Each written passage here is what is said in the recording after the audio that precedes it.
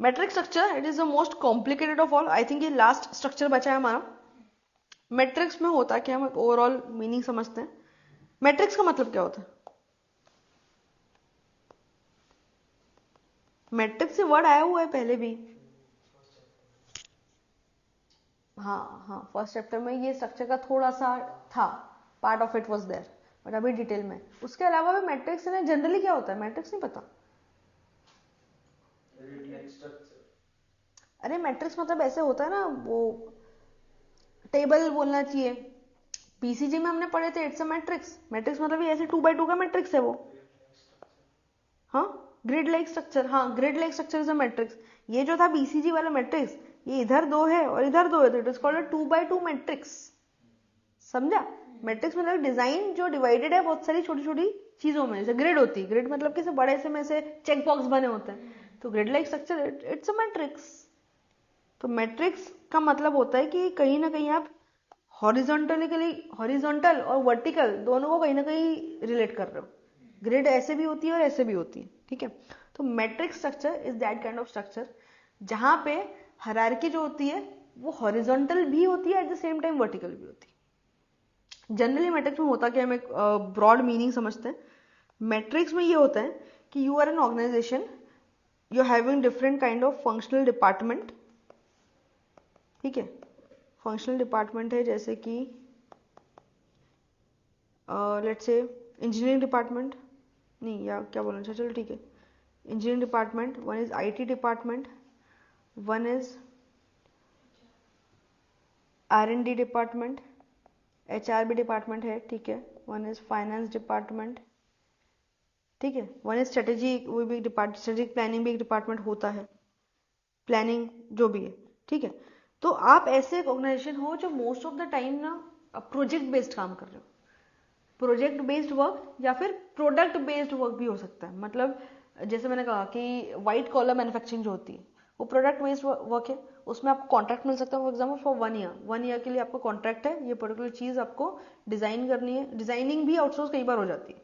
कुछ फॉर्म्स होती है जो डिजाइनिंग अपना करके देते हैं, कुछ फॉर्म्स बोलेंगे डिजाइनिंग भी आप करो, will select out of the option that you give. तो कॉन्ट्रैक्ट हर तरीके से हो सकता है, depends on the party to party, ठीक है। तो 1 ईयर का कॉन्ट्रैक्ट है, इस प्रोडक्ट को आपको बनाना है फॉर 1 ईयर, और जो भी उनके टर्म्स एंड कंडीशन हो गए। या फिर सर्विसेज भी हो सकती है, जैसे कि for my organisation if I want to develop a website, ठीक है। तो मुझे तो नहीं आती, ना मेरे टीम में किसको वेबसाइट डेवलप करना आता है, तो I hire some third party जो आईटी फर्म है, ठीक है। तो ये project, most of the IT firm जो है प्रोजेक्ट बेस्ड काम करती है।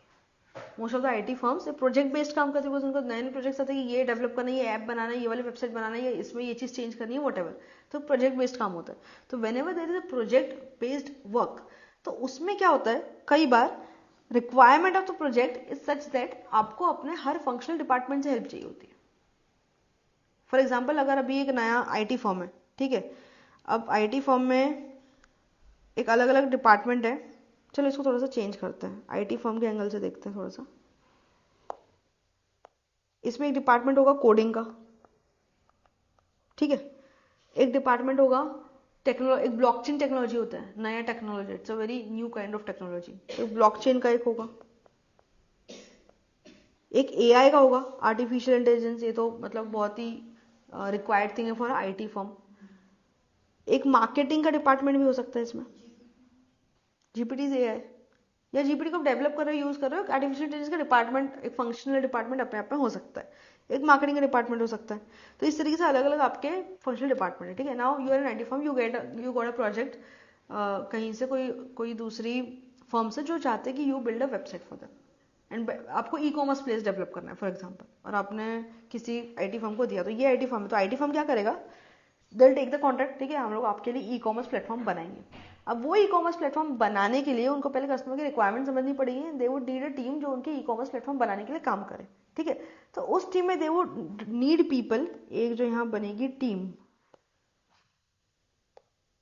ठीक है। उसमें कोई कोई होना चाहिए जिसको कोडिंग आती हो। ऑब्वियसली आपको वेबसाइट बनानी है तो कोडिंग करनी पड़ेगी, तो कोई कोडिंग वाला पर्सन होना चाहिए। उसमें कोई पर्सन होना चाहिए, अगर वो टेक्नोलॉजी ऐसी है, आपको ई कॉमर्स ऐसे कोई टेक्नोलॉजी पे बनाना है जो ब्लॉकचेन रिलेटेड है, तो ब्लॉकचेन का भी कोई पर्सन उसमें होना चाहिए। कोडिंग पर्सन यहाँ से आएगा, मे बी 2-3 कोडिंग के पर्सन आएंगे, 4 पर्सन आएंगे जो कोडिंग आती है, कोई एक पर्सन आएगा जो ब्लॉकचेन के लिए आएगा, वो ब्लॉकचेन के लिए सब कुछ गाइड करेगा, कोई होगा जो आर्टिफिशियल इंटेलिजेंस से आएगा। अब जैसे आर्टिफिशियल इंटेलिजेंस में इंपॉर्टेंट होता है, अमेजोन अगर काम कर रहा है तो वो देखता है कि भाई एक पर्टिकुलर कंज्यूमर कौन सी टाइप की चीजें ज्यादा ऑर्डर कर रहा है, वो उस टाइप की चीजें उनको ज्यादा दिखाता है, ठीक है, वो नीचे लाइक सिमिलर प्रोडक्ट, ये आर्टिफिशियल इंटेलिजेंस से सब चीजें होती है। So there would be 2 person of artificial intelligence, यहाँ से 2 लोग आएंगे।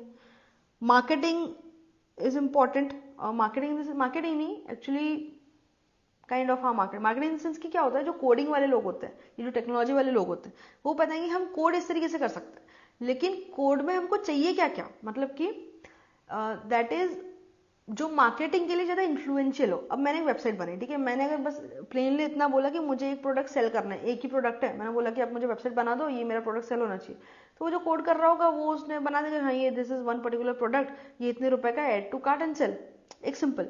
जो मार्केटिंग वाला बंदा होगा वो आके उसको बताएगा कि भाई इसका यूआई यूएक्स कैसा होना चाहिए, यूजर इंटरफेस कैसा होना चाहिए, because that is very much psychological. आप यूजर को उस चीज पे वहीं के वहीं डिस्काउंट शो ऑफ करते हो, ऐसे ऐसे ब्लिंक करते हो कि इसमें 50% डिस्काउंट है अप टू दिस डेट, तो साइकोलॉजिकली उसको अफेक्ट करता है।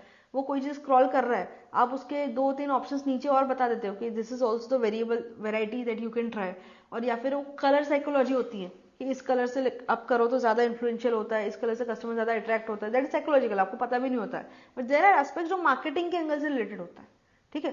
So there is someone who would come, एक होगा जो पूरी की पूरी प्लानिंग करेगा कि वेबसाइट में क्या क्या कहाँ कहाँ पे कैसे चाहिए, दूसरा होगा जो सिर्फ मार्केटिंग का एंगल उसमें बताएगा कि मार्केटिंग के एंगल से ये चीज ऐसे होना चाहिए, ऐड टू कार्ट करो, और आप जब पेमेंट गेटवे पे जा रहे हो तो अपने आप ये कूपन लग जाना चाहिए। सो देयर इज समवन वो जो सोचता है कि यूजर का एक्सपीरियंस कैसा होना चाहिए, जब वो वेबसाइट पे आए उसको कितने नंबर ऑफ क्लिक्स उसके सिर्फ इतने ही होना चाहिए, इससे ज्यादा उसके नंबर ऑफ क्लिक्स नहीं होने चाहिए। तो आप बहुत ज्यादा अंदर अंदर उसको डीप में वो क्लिक क्लिक मत कराते रहो, अब इतनी डिटेल को आप यहाँ पे बताओ, वो यहाँ क्लिक करता है तो उसको एक पॉपअप दिखना चाहिए, ये सब चीजें समवन जो बताता है। कोडिंग वाला तो सिर्फ जैसा बताएगा वैसा वैसा कोड कर देगा कि हाँ ये कोड में क्या क्या बनाना है, इस टाइप से। यूआई यूएक्स भी अब एआई को ऐसा कि अब थोड़ा उसका स्कोप भी थोड़ा कम होगा ना, नहीं नहीं बिल्कुल नहीं, एआई क्या आने यूआई यूएक्स का इंपॉर्टेंस तो उतना ही है।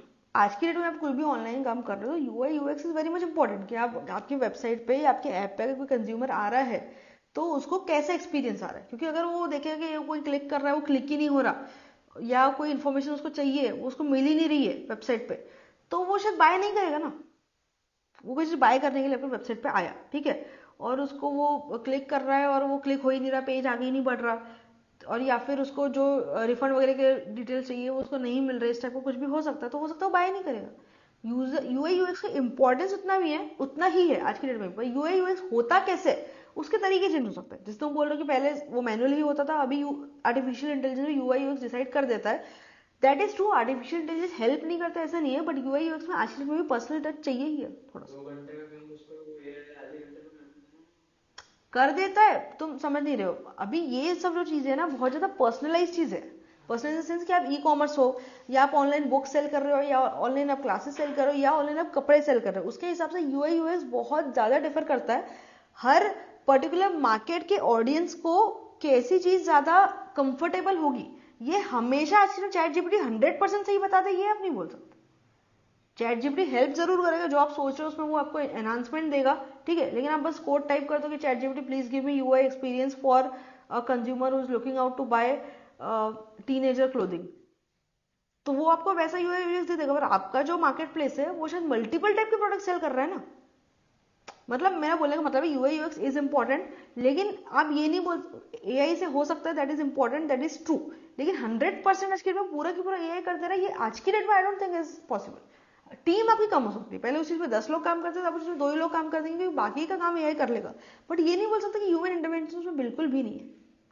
वो बहुत पर्सनलाइज्ड चीज है कि आपका कंज्यूमर क्या सोचता है, ट्रेंड कैसे चेंज हो रहे हैं, तो ये कोई पर्सन होगा जो मार्केटिंग रिसर्च डेली बेसिस पे उस पर कर रहा है, उसको ज्यादा पता होगा, एआई को भी पता होगा, बट 100% एक्यूरेट होगा ये आप गारंटी नहीं ले सकते। और ये चीज ऐसी है जो डायरेक्ट कंज्यूमर से रिलेट करती है, तो आप उसमें रिस्क नहीं ले सकते। अब एआई ने आपको कोड बना के दे दिया, ठीक है, वेबसाइट का कुछ तो भी डेवलप करना था, आपको कोड बना के दे दिया, आपने कोड इंप्लीमेंट कर दिया, अब वो कोड में कुछ मिस्टेक भी थी, वो नहीं चला, तो आपने कोई कोडिंग एक्सपर्ट को या चैट जीपीटी से फिर से प्रॉम्प्ट देके आपने उसको करेक्ट करा लिया, फिर से आपने उसको उस पर डाल दिया, तो आपका तो प्रॉब्लम सॉल्व हो गया without much hazel.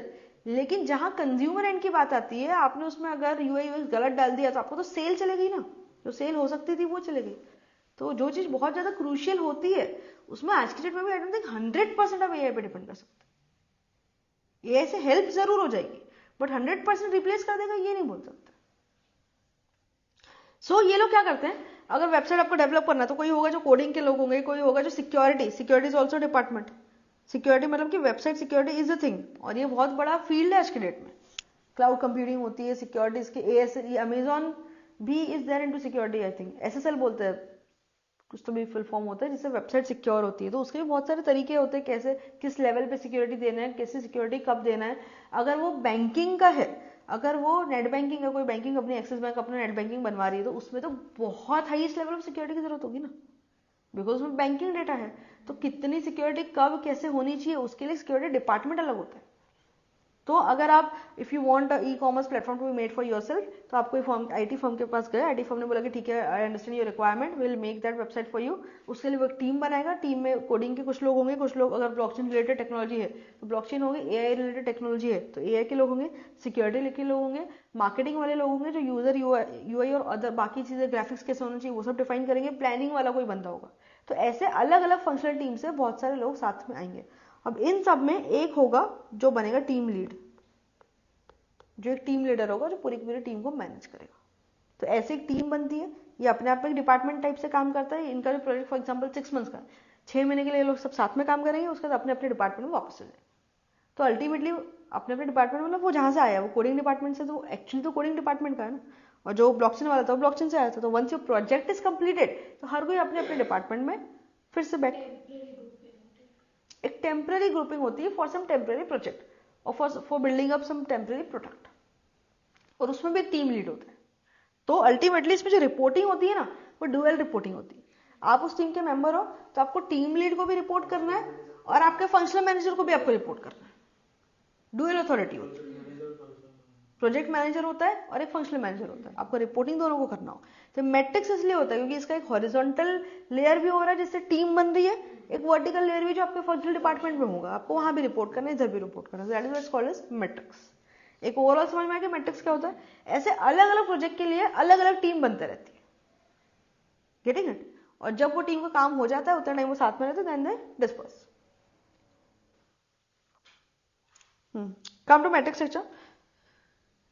Most organizations find that organizing around either functions in the functional structure or around product and geography in the divisional structure provides an appropriate organization structure. अब ये बोल रहे हैं कि कई बार फंक्शनल स्ट्रक्चर आपको appropriate लगेगा, कई बार डिविजनल स्ट्रक्चर आपको अप्रोप्रिएट लगेगा, लेकिन at some point of time जब आपको फंक्शनल भी अप्रोप्रिएट नहीं लग रहा, डिविजनल भी अप्रोप्रिएट नहीं लग रहा, मल्टी डिविजनल भी अप्रोप्रिएट नहीं लग रहा, तब आपको मैट्रिक्स काम आएगा। ठीक है। अब आपको फॉर एग्जांपल इस टाइप का प्रोजेक्ट बेस्ड अगर काम आ रहे हैं, इसमें आप सोचोगे कि हम डिविजनल स्ट्रक्चर पे काम करते हैं, तो डिविजनल में एक होगा आईटी डिवीजन, एक होगा कोडिंग डिवीजन। अब आपके पास कोई रिक्वायरमेंट आई प्रोजेक्ट की जहां पे आपको हर किसी एस्पेक्ट की रिक्वायरमेंट है आपके फंक्शनल एरिया में। आरएनडी का भी एक बंदा होगा क्योंकि आपको शायद वो प्रोडक्ट जो बनाना है उसमें आरएनडी की भी जरूरत पड़ सकती है, हर एक इसकी जरूरत पड़ सकती है। उसको डिविजनल केस में मैनेज कैसे करोगे आप? एक अलग प्रोजेक्ट के लिए हर एक इसमें अलग डिवीजन बनाओगे, हर एक इसके लिए अलग हायरिंग करोगे, तो ये तो डुप्लीकेशन हो जाएगा। Getting it? तो जब आपका डिवीजन स्ट्रक्चर काम कर नहीं सकता, फंक्शनल स्ट्रक्चर भी काम कर नहीं सकता, आपकी रिक्वायरमेंट आपके बिजनेस की ऐसी है, तब आपको काम आएगा क्या? Matrix structure.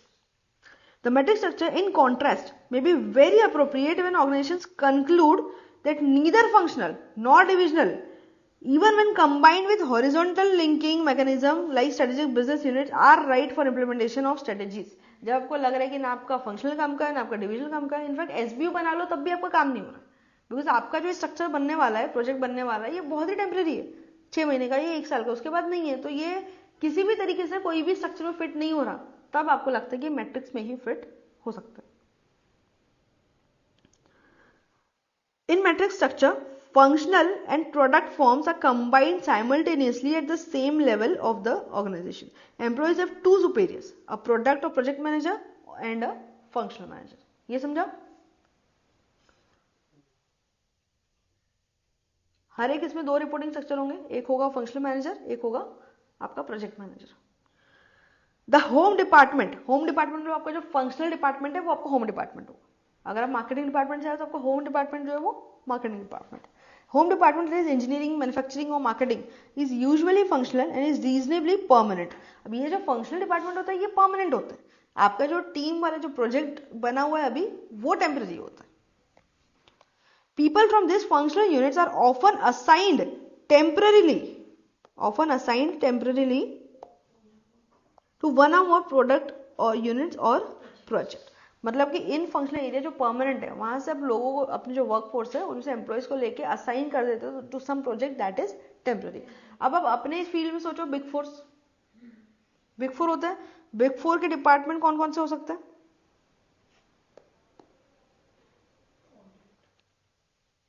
One is assurance department,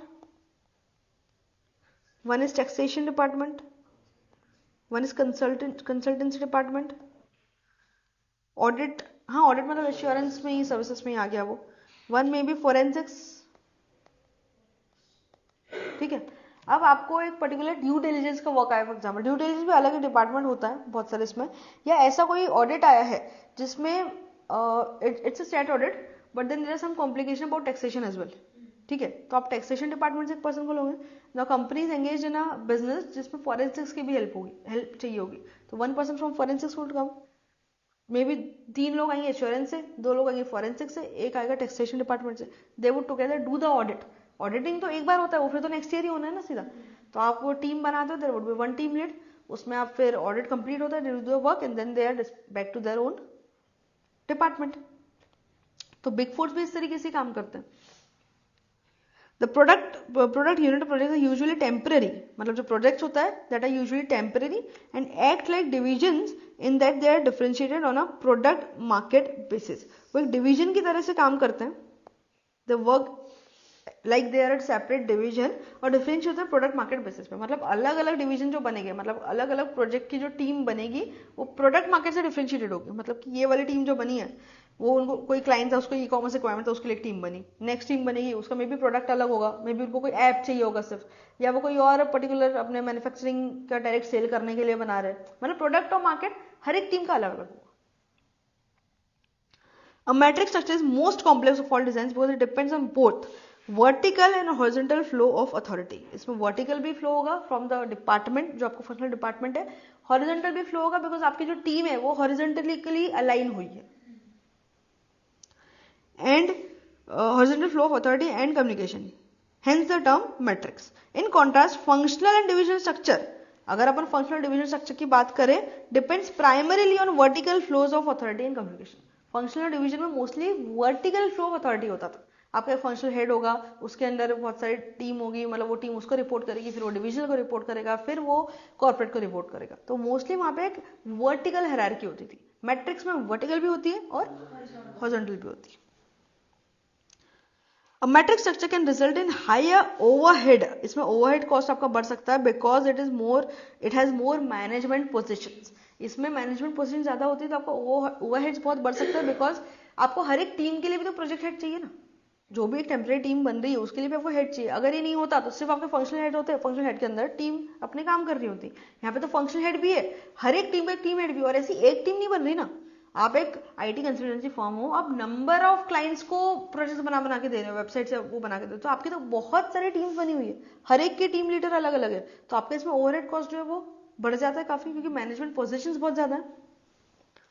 Other characteristics of a matrix structure that contribute to overall complexity include, अभी नीचे दिए हुए पॉइंट्स ऐसे पॉइंट्स हैं जिसके कारण मैट्रिक्स और ज्यादा कॉम्प्लेक्स बन जाता है. ऑलरेडी वो कॉम्प्लेक्स है पर इसके कॉम्प्लेक्स होने के मेजर रीजंस, इस पे भी क्वेश्चन बन सकता है. Dual line of budget authority, a violation of the unity command principle. Budget authority भी डुअल बन जाती है. अभी आप कोई एक्सपेंस करना चाहते हो टीम के लिए तो टीम लीडर से भी परमिशन लेना पड़ता है, प्लस हो सकता है जो फंक्शनल डिपार्टमेंट है उससे भी, प्रोजेक्ट मैनेजर से तो अथॉरिटी लेना ही पड़ता है, और हो सकता है फंक्शनल डिपार्टमेंट से भी अथॉरिटी लेनी पड़े. तो जो बजट आपका अथॉरिटी होता है डुअल लाइन हो जाता है as against unity command principle. Unity command मतलब कि एक ही पर्सन कमांड करे. यूनिटी कमांड प्रिंसिपल का मतलब कोई एक पर्सन नहीं होता जो कमांड करे. तो as against of unity command principle यहाँ पे डुअल अथॉरिटी हो जाती है बजट के लिए भी. Dual source of reward and punishment, reward और पनिशमेंट के डुअल सोर्स होता है. अगर आपने टीम में अच्छा परफॉर्म किया तो टीम लीड आपको रिवॉर्ड करेगा. आप अपने डिपार्टमेंट में अच्छा फंक्शन कर रहे हो तो आपको फंक्शनल हेड जो है वो भी रिवॉर्ड करेगा. इससे कॉस्ट भी बढ़ती है. एक ही पर्सन को 2 जगह से रिवॉर्ड मिल रहे हैं, तो कंपनी का तो कॉस्टिंग बढ़ेगा। शेयर्ड अथॉरिटी, अब अथॉरिटी भी 2 लोग शेयर कर लेते हैं। आप कोई एम्प्लॉई है, वो अपने टीम लीडर का भी रिसोर्स है, वो अपने फंक्शनल मैनेजर का भी रिसोर्स। Getting it? कई बार आपको लीव चाहिए तो आपको कई बार दोनों जगह से भी अथॉरिटी लेनी जो है परमिशन लेनी पड़ सकती है। Dual reporting channels, reporting channel भी डुअल है। टीम लीडर को तो बताना पड़ेगा कि टीम जो प्रोजेक्ट उस पर कितना काम हो रहा है, प्लस वो फंक्शनल वाले को पता है कि मेरा एक रिसोर्स इस टीम पे, तो भाई तू वहां क्या कर रहे हो, तेरा काम नहीं होगा तो वापस आ जा, आपको उसको भी रिपोर्ट करना होगा कि क्या आप यहाँ पे क्या काम कर रहे हो। Need for an extensive and effective communication system, अब इसमें कम्युनिकेशन प्रॉब्लम बहुत आ सकती है। हर चीज डुअल है, जहां डुअल चीजें आ जाती है वहां अब एक भी जगह आपने बताया, इधर बताया उधर नहीं बताया, तो इसको प्रॉब्लम, ईगो प्रॉब्लम भी बहुत आ सकते हैं, कम्युनिकेशन प्रॉब्लम भी बहुत आ सकते हैं। दैट इज वेरी कॉम्प्लेक्स, हर चीज डुअल है। अगर एक लाइन में समझने की इसका कॉम्प्लेक्सिटी का रीजन क्या है, दैट इज डुअल। अब डुअल में आप बहुत चीज लिख सकते हैं, डुअल बजट और authority, dual rewards and punishments, और डुअल शेयर्ड अथॉरिटी, और communication problems because of dual structure. तो हर चीज में डुअल हो जाती है, उसके कारण से कॉम्प्लेक्सिटी बहुत ज्यादा बढ़ जाती है, कम्युनिकेशन सिस्टम बहुत हैम्पर हो सकता है। Point number 9, despite this complexity the matrix structure is widely used in many industries. अब इतना कॉम्प्लेक्स होने के बाद भी लोग तो यूज करते ही है, क्यों? इंडस्ट्री कौन कौन से, including construction, health care, research, defence, हर टाइप की इंडस्ट्रीज को यूज कर सकती है, क्योंकि इसका बेनिफिट भी उतने ज्यादा है। आपका प्रोजेक्ट इस टाइप का है कि आप एक फंक्शन में एक काम नहीं कर सकते, आपको एक पर्टिकुलर काम को फिनिश करने के लिए मल्टीपल टाइप ऑफ लोग चाहिए। तो that is why it is called, वो मैट्रिक्स का यूज तभी, मतलब तब मैट्रिक्स ही इंपेरेटिव हो जाएगा, चाहे उसको कितनी कॉम्प्लेक्सिटी हो, आपके काम से वही आने वाला है। Some advantages of matrix structure are that project objectives are clear. अब ये एडवांटेजेस की बात कर रहे हैं यहाँ पे। एडवांटेजेस क्या हो सकता है कि उसके प्रोजेक्ट ऑब्जेक्टिव्स बहुत क्लियर है, जिस भी प्रोजेक्ट में आप काम कर रहे हो बहुत क्लियर होता है कि प्रोजेक्ट में हम क्या काम करना है, क्यों करना है, इसकी टाइमलाइन कब तक की है, तो बहुत चीजें उसमें क्लियर होती है। There are many channels of communication. Workers can see the visible results of their work and shutting down a project is accomplished relatively easy. अब इसमें आप प्रोग्रेस बहुत इजीली मैप कर सकते हो कि आप जो काम कर रहे हो उसमें प्रोग्रेस कितना है, आप कौन से स्टेज पे हो और कब तक ये अकम्प्लिश हो सकता है। अभी you are working in a functional department, समझो मैट्रिक्स नहीं होगा, ठीक है, आप फंक्शनल डिपार्टमेंट हो, आप मे बी मार्केटिंग डिपार्टमेंट है, आप मार्केटिंग का कुछ ना कुछ काम रोज कर रहे हो, यू हैव न्यू असाइनमेंट्स, आप रोज काम करते हो, ठीक है, रोज उसी टाइप का काम कर रहे हो, मोनोटोनस टाइप का। अगर आप प्रोजेक्ट बेस्ड काम कर रहे हो तो अलग अलग प्रोजेक्ट्स में जब आप शिफ्ट होते हो तो आपको अलग अलग लर्निंग्स भी मिलती है, फर्स्ट थिंग, तो आपको मोटिवेशन भी हाई रहता है। सेकेंड थिंग, एकम्प्लिशमेंट की फीलिंग बहुत जल्दी आती है। वो एक प्रोजेक्ट 6 महीने का, आपको पता है कितना प्रोग्रेस हुआ है, 6-8 महीने में फिनिश हो जाएगा, तो यू हैव दैट फीलिंग कि हाँ प्रोजेक्ट एकम्प्लिश हुआ, now you going to something new. लेकिन वर्सेस अगर आप सिर्फ फंक्शनल डिपार्टमेंट में हो तो आपको कुछ न्यू जल्दी से नहीं मिल पाता।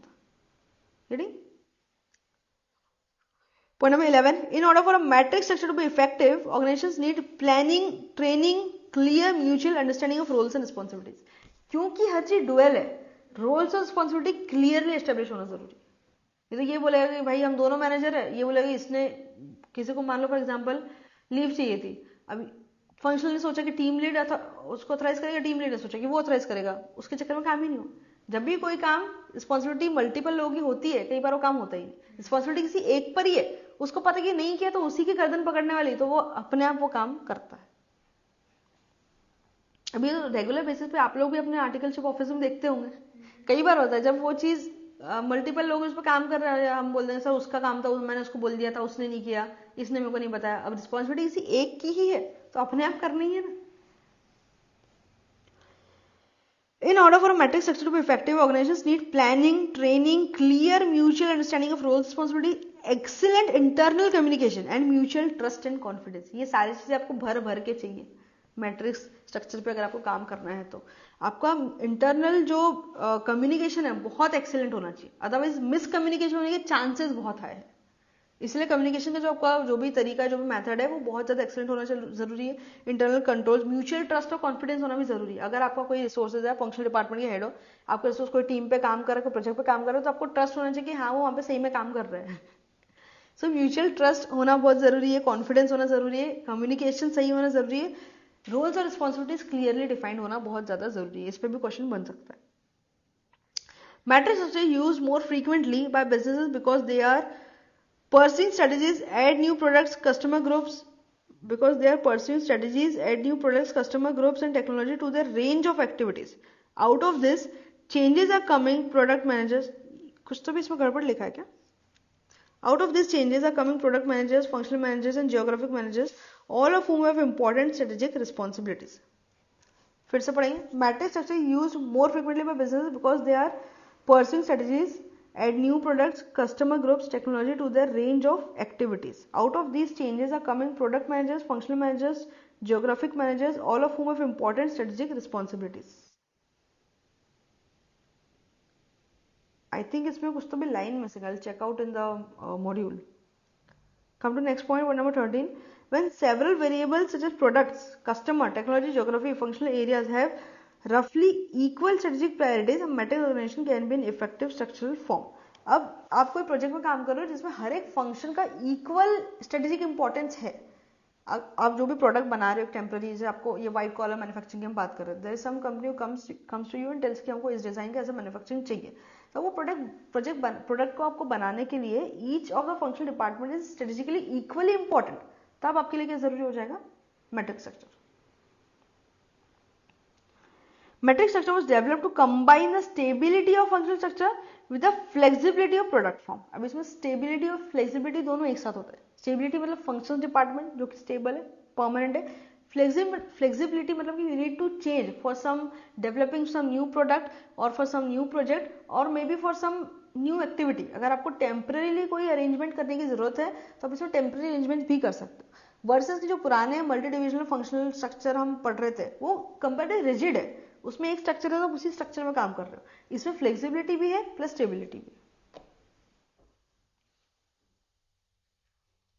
It is very useful. कहाँ था? पॉइंट नंबर 13 था ना? हाँ, point number 14. Matrix structure was developed to combine stability of the functional structure with the flexibility of product form. It is very useful in the external environment, especially its technological and market aspects is very complex and changeable. अब आपका जो external environment है वो काफी complex है, वो कभी भी चेंज हो सकता है. इन दैट केस मैट्रिक्स आपको काफी काम आएगा, बिकॉज अगर टेक्नोलॉजी बार बार चेंज हो रही है to meet up with the new technology आपको शायद ऑर्गेनाइजेशन के हर एक एस्पेक्ट की इनपुट्स चाहिए होंगे. कई बार जो टीम बनती है उस टीम में one member is also from the client side. मतलब जो आपका क्लाइंट है, अगर मान लो HUL ने ऐप बनाने के लिए बोला है किसको? एक्सेंचर को. Accenture is an IT firm, ठीक है. तो अगर इसने बोला है, या एक रियल लाइफ एग्जांपल लेते हैं, इन्फोसिस ने इनकम टैक्स की पूरी वेबसाइट बनाया हुआ है. इनकम टैक्स की जो पूरी वेबसाइट है अभी जो चल रही है ये इन्फोसिस ने बनाया हुआ. यू नो दैट GST वाले भी इन्फोसिस ने बनाया हुआ. So it was a project given by the government of India to Infosys, ठीक है. तो अब इसमें इन्फोसिस की तरफ से तो बहुत सारे लोग होंगे जो एक डेवलप कर रहा होगा, कोई जो प्लानिंग कर रहा होगा, इसका लुक्स कैसा होना चाहिए, UI UX कैसा होना चाहिए, इसमें टेक्नोलॉजी कौन सी यूज होनी चाहिए. अब इनकम टैक्स की वेबसाइट भी बहुत सेफ होना जरूरी है, सिक्योरिटी जरूरी है. प्लस वन होगा जो उस पर डेटाबेस पे काम कर रहा होगा. डेटाबेस इंपॉर्टेंट कि इतना ज्यादा डेटा जो उसमें लोड होने वाला है, इतने सारे लोगों के रिटर्न्स अपलोड होंगे, इतने सारे लोगों के 26 ये वो, उतना डेटा वेबसाइट मैनेज कैसे करेगी. तो database is also one of the department. तो इस हर डिपार्टमेंट से कुछ लोग आएंगे और ऊपर से गवर्नमेंट से भी कुछ लोग चाहिए होंगे जो बताएंगे उनको एक्जैक्टली इनकम टैक्स वेबसाइट में चाहिए क्या है. मतलब हमारे जो रिटर्न के फॉर्म्स है, फॉर एग्जाम्पल यूटिलिटीज वगैरह, तो यूटिलिटी चाहिए बनाएगा इन्फोसिस, पर यूटिलिटी में क्या क्या होना चाहिए, कौन से आपके हेड्स ऑफ इनकम होने चाहिए, उसमें कौन कौन से डिडक्शंस के ऑप्शन होना चाहिए, वो तो वही पर्सन बनाएगा जो इन हाउस है, जिसको वो चाहिए है. गेटिंग? तो हो सकता है गवर्नमेंट ऑफ इंडिया के कुछ लोग उस टीम में होंगे. तो इस टीम में कई बार बाहर के जो आपके क्लाइंट साइड है उनके भी 1 या 2 लोग होते हैं. और जहां टेक्नोलॉजिकल चेंज बहुत ज्यादा रैपिडली हो सकता है वहां पे आपको मैट्रिक्स की जरूरत, मैट्रिक्स शायद ज्यादा यूजफुल हो सकता है. It does, however, produce conflicts revolving around duties, authority and resource allocation. Obviously, अब ये इतना कॉम्प्लेक्स है तो कॉन्फ्लिक्ट्स भी होगा. ड्यूटीज, रिस्पॉन्सिबिलिटीज, रिसोर्स एलोकेशन, इन सब चीजों के लिए. To the extent that the goals to be achieved are vague and the technology used is poorly understood, a continuous battle for power between product and functional managers is likely. अगर आपके roles और responsibilities वेग है, वेग मतलब कि blur है, clear नहीं है, और आप टेक्नोलॉजी जो है उसको पुअरली यूज कर रहे हो, तो फिर हमेशा जो फंक्शनल हेड है और जो प्रोजेक्ट हेड है इनके बीच में कॉन्फ्लिक्ट्स चलते रहेंगे. रोल्स और रिस्पॉन्सिबिलिटीज क्लियर होना बहुत जरूरी है. टेक्नोलॉजी का बहुत अच्छा यूज करना जरूरी है कि तभी डुअल रिपोर्टिंग टेक्नोलॉजी से ईजी हो जाती है. आप टेक्नोलॉजी को सही से यूज नहीं कर रहे हो, फंक्शनल मैनेजर को पता ही नहीं कि यहाँ पे प्रोजेक्ट में चल के आ रहा है, प्रोजेक्ट का काम खत्म हो गया, फिर भी the resource is not come back to the team, तो वो उसके इसमें कॉन्फ्लिक्ट होते रहेंगे. The matrix structure is often found in an organization or within an SBU when the following 3 conditions exist. 3 conditions को होना जरूरी है जब आप मैट्रिक्स को फॉलो करोगे, मैट्रिक्स स्ट्रक्चर को यूज करोगे. One is ideas needs to be cross fertilized across projects or product. Cross fertilized मतलब कि एक ही डिपार्टमेंट में रहे ऐसा जरूरी. You need ideas from multiple functional areas. उसको बोलते हैं cross fertilized मतलब कि you need ideas from cross functional areas. Resources are scarce. अब ये तब भी यूज हो सकता है जबकि रिसोर्सेज बहुत स्केयर है. अब आपके कोई नया प्रोजेक्ट आया, उसके लिए आप अलग से एक आईटी की टीम, मतलब अलग से एक कोडिंग पर्सन हायर करो, अलग से एक डेटाबेस पर्सन हायर करो, अलग से एक मार्केटिंग पर्सन हायर करके उसकी टीम बनाओ. उससे बेटर है कि आपके पास जो डिपार्टमेंट है वहीं से आप लोग ले लो. Getting abilities to process information to make decision needs to be improved. आपको अगर इन्फॉर्मेशन प्रोसेस और डिसीजन मेकिंग की एबिलिटी जो है वो इम्प्रूव करने की जरूरत है. इम्प्रूव इन द सेंस कि अगर फंक्शनल डिपार्टमेंट में काम कर रहे हो तो डिसीजन मेकिंग नहीं हो पाएगी. वो मार्केटिंग वाला मार्केटिंग की चीजें बनाएगा, कोई तो भी पॉलिसी बनाएगा, फिर वो कोडिंग वाले को देगा, अलग से कोडिंग डिपार्टमेंट में जाएगा, कोडिंग डिपार्टमेंट में कोडिंग करेगा, फिर वो वापस मार्केटिंग में बोलेगा ऐसा नहीं ऐसा चाहिए. मतलब अगर आप फंक्शनल एरिया में रहकर ही काम कर रहे हो तो डिसीजन मेकिंग बहुत स्लो हो जाएगी. बजाय इसके कि आप एक टीम बना लो कुछ कुछ रिसोर्स अलग आके, तो वहीं की भी डिसीजन मेकिंग फास्ट हो जाएगी. Changing organisational design. अब ये बता रहे कि अभी ये जो नई चीजें आ रही है इसमें या स्पेसिफिकली मैट्रिक्स में क्या चेंजेस है as compare to traditional way of work. Old organisational design में one large corporation, vertical communication, centralise top down decision making. Most of the time decision making जो है वो टॉप से इंस्ट्रक्शंस आते हैं ऊपर से नीचे. Vertical integration, work quality teams जो बनती है वो most of the time permanent type की होती है. Functional work teams, minimal training, specialised job design, focused on individual. एक इंडिविजुअल स्पेशलाइज्ड जॉब डिजाइन होता है, वो जिंदगी भर वही काम कर रहा होता है अगर वो उस डिपार्टमेंट में है तो. New organisational design, mini business units and cooperative relationships. छोटे छोटे यूनिट्स, मिनी बिजनेस यूनिट्स मतलब छोटे छोटे टीम की बात कर रहा है. And cooperative relationship, horizontal communication. Her functional department से कोई ना कोई चाहिए तो वो कम्युनिकेशन हॉरिजॉन्टली काफी ज्यादा होता है. Decentralized participative decision making. अब डिसीजन मेकिंग अगर प्रोजेक्ट रिलेटेड है तो वो तो टीम है वही अपने आप ले लेगी. उसमें हर बार जरूरी नहीं है कि फंक्शनल डिपार्टमेंट से या टॉप लेवल हमेशा उसमें इंटरफेयर करे, बिकॉज वो टीम में जितने लोग रिक्वायर्ड है हर टाइप के लोग एक टीम लीड है, तो most of the time decision making जो है वो टीम लीडर खुद ही ले लेगा if that is very much pertinent to the project. Outsourcing in virtual organizations, autonomous work teams, cross functional work teams यानी कि matrix, extensive training, value chain team focus job design. Value chain team होती है जो कि job focused होती है, particular job के लिए वो बनती है, फोकस्ड होती है बहुत ज्यादा उस पर. For development of matrix structure David and Lawrence have proposed 3 distinct phases. अब ये जो डेविड एंड लॉरेंस है उन लोगों ने एक फेजेस लेके आ गए मैट्रिक्स के. अब ये एक्चुअली मुझे लगता है अभी उतना ज्यादा रिलेवेंट शायद नहीं, बिकॉज अब organizations are using matrix structure, it's very common and people know how does it work और ये इससे क्या प्रोज एंड कॉन्स. जब ये नया नया आया था, या अब ये बोल रहे कि अगर आपके ऑर्गेनाइजेशन में पहले मैट्रिक्स स्ट्रक्चर नहीं था, अब आप लेके आ रहे हो तो उसके क्या स्टेजेस हो सकते हैं. तो पहले ये बोल रहे हैं क्रॉस फंक्शनल टास्क फोर्सेस. तो ये बोल रहे कि पहले आप टेम्पररी टीम बनाओ. आप जो भी प्रोजेक्ट के लिए टीम बनाना चाह रहे हो, आप एक टेम्पररी टीम बनाओ, उसको बना के वर्क करके देखो कि हाउ इज इट वर्किंग. उसके बाद प्रोडक्ट और ब्रांड मैनेजमेंट, मतलब कि ये थोड़ा सेमी परमानेंट टाइप का फेज है. आपको लग रहा है कि जो आपने टेम्पररी टीम बनाई थी दैट इज वर्किंग वेल, तो फिर आप और टीम्स बनाओ. मतलब कि ये ऐसा बोल रहे कि जो फर्स्ट वाला था क्रॉस फंक्शनल टास्क फोर्स, ये उसमें बहुत लिमिटेड स्कोप पे मैट्रिक्स अप्लाई होता है. मतलब कोई प्रोजेक्ट के लिए अप्लाई कर रहे हो, बाकी प्रोजेक्ट के लिए अप्लाई नहीं कर रहे हो मे बी. तो क्रॉस फंक्शनल टीम आप बना रहे हो, टीम का वर्किंग देखो. इफ यू थिंक आपके ऑर्गेनाइजेशन के लिए काम कर सकता है, then it comes to product और ब्रांड मैनेजमेंट जहाँ पे सेमी परमानेंट होता है. Then the third phase is mature matrix, जहाँ पे इतना परमानेंट हो जाता है कि आपका जो ऑर्गेनाइजेशन स्ट्रक्चर है वो टोटली मैट्रिक्स अब बन चुका है. Whenever new person is hired, वो अपने आप एक फंक्शन में और एक टीम में चले जाता है. इट इज दैट परमानेंट कि अब आपका पूरा की पूरा ऑर्गेनाइजेशन मैट्रिक्स फॉर्म में ही काम कर रहा है. और anyone who is in a functional department is automatically in some team, someone who is in team is automatically in some functional department. वो मतलब fix structure of the organization अब वो बन चुका है. Will read it. Cross functional task forces, temporary cross functional task forces are initially use. Task forces मतलब कि अभी आप कोई प्रोजेक्ट के लिए टीम बना रहे हो, जरूरी नहीं है कोई इंटरनल अगर आपका टास्क है, ऑर्गेनाइजेशनल टास्क है, उसके लिए आप एक ऐसे मैट्रिक्स टाइप की टीम बना के देखो. ठीक है, अभी आपका ऑर्गेनाइजेशन मैट्रिक्स पे शिफ्ट नहीं हुआ है, अभी आप कोई ट्रेडिशनल स्ट्रक्चर पे काम कर रहे थे, आपको मैट्रिक्स स्ट्रक्चर पे शिफ्ट होना है. तो फर्स्ट थिंग इज कि आप कोई पर्टिकुलर टास्क के लिए एक क्रॉस फंक्शनल टीम बनाओ. मतलब हर फंक्शन से लोगों को लेके एक पर्टिकुलर टीम बनाओ नॉट नेसेसरली फॉर क्लाइंट के कोई प्रोजेक्ट के लिए, पर कोई इंटरनल आपके कोई टास्क है कंपनी का, उसके लिए भी एक टीम बना के देखो कि अलग अलग फंक्शंस लेके जब आप टीम बना रहे हो तो how is it working. Cross functional task forces are initially used when a new product line is being introduced. आप कोई नया प्रोडक्ट लाइन इंट्रोड्यूस कर रहे हो या कोई नया प्रोजेक्ट में काम करने जा रहे हो तो उस टाइम पे आप इंट्रोड्यूस कर सकते हो. A project manager is in charge as a key horizontal link.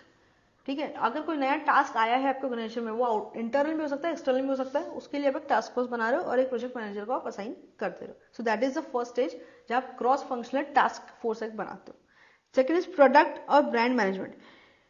If the cross functional task force becomes more permanent, आपको लग रहा है कि जो आपने वो मैट्रिक्स स्ट्रक्चर बनाया था, वो टास्क फोर्स जो बनाई थी, इट इज वर्किंग वेल, और आपको लग रहा है कि इसको ही अपने को कंटिन्यू करना है, ये टुवर्ड्स मोर परमानेंसी जा रहा है. तो पहले जब बना था वो टेम्पररी फॉर टेस्टिंग था, ये स्ट्रक्चर सही से काम करता है या नहीं करता है आपके ऑर्गेनाइजेशन के लिए.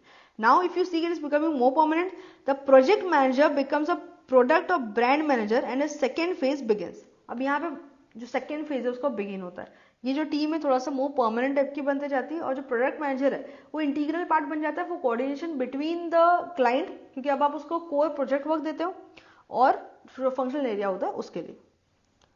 In this arrangement function is still the primary organization structure. अभी भी आप टोटली मैट्रिक्स पर शिफ्ट नहीं हुआ, टोटली मैट्रिक्स पर भी शिफ्ट नहीं हुआ. जो फंक्शनल डिपार्टमेंट वाला जो था, अभी भी प्राइमरी फंक्शन जो आपका प्राइमरी जो स्ट्रक्चर है आपका ऑर्गेनाइजेशन का, प्राइमरी इट इज फंक्शनल. ठीक है, लेकिन जो मैट्रिक्स अपने बनाए थे टेम्पररी, वो टुवर्ड्स परमानेंसी अभी जा रहे हैं. They have shifted in a second phase.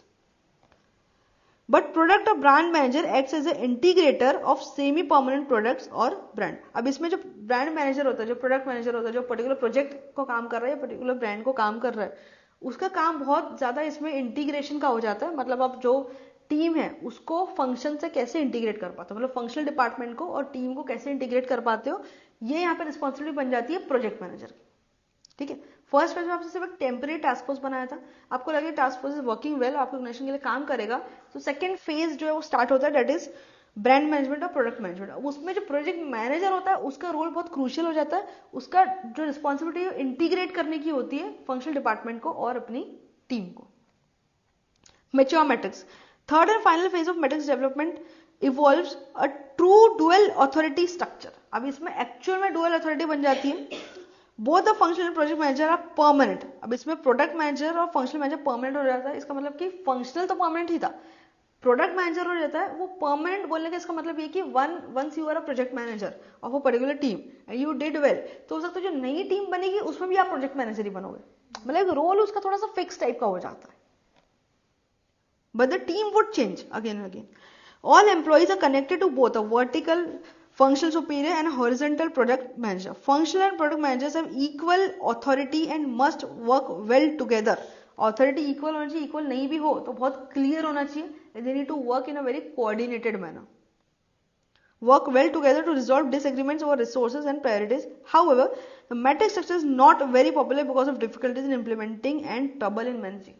इससे इम्प्लीमेंटेशन थोड़ा डिफिकल्ट है, थोड़े से ट्रबल्स तो है ही. It would be use for organisation, इसके लिए बहुत ही यूजफुल है, और आपके लिए बाकी कोई स्ट्रक्चर यूजफुल हो ही नहीं सकता. Got it? That is about matrix structure. क्या क्या पढ़ा हमने मैट्रिक्स स्ट्रक्चर में? मैट्रिक्स स्ट्रक्चर क्या होता है? मैट्रिक्स स्ट्रक्चर ग्रिड लाइक होता है, इसमें ऑथोरिटी डुअल होती है, ये कॉम्प्लेक्स है. और कॉम्प्लेक्स क्यों है? दोनों में काम करते हैं. रिपोर्टिंग ऑथोरिटी डुअल होती है. ये कॉम्प्लेक्स क्यों है? क्योंकि हर चीज डुअल होती है. हर चीज मतलब बजट ऑथराइजेशन डुअल होता है, आपके ऊपर rewards punishment, resource allocation, reporting authority, सब कुछ डुअल होता है, इसलिए ज्यादा कॉम्प्लेक्स होता है. इसके एडवांटेजेस क्या होते हैं, इसके डिसएडवांटेजेस क्या होते हैं, ये पढ़े हमने. ठीक है, और लास्ट में लॉरेंस ने जो दिया हुआ था 3 phases of matrix structure. Cross functional task force, brand और product development, third is mature matrix. Got it? So this is about matrix structure and हमने पढ़े मैट्रिक्स स्ट्रक्चर और नेटवर्क. हाँ, एसबीयू के कारण जो टेरिटोरियल हब, एसबीयू ने territorial का प्रॉब्लम सॉल्व कर दिया, बट अगेन वो नहीं भी सॉल्व करता एसबीयू, तो भी territorial is not that much in the picture, because आपके पास कम्युनिकेशन के वेज बहुत ज्यादा है ना.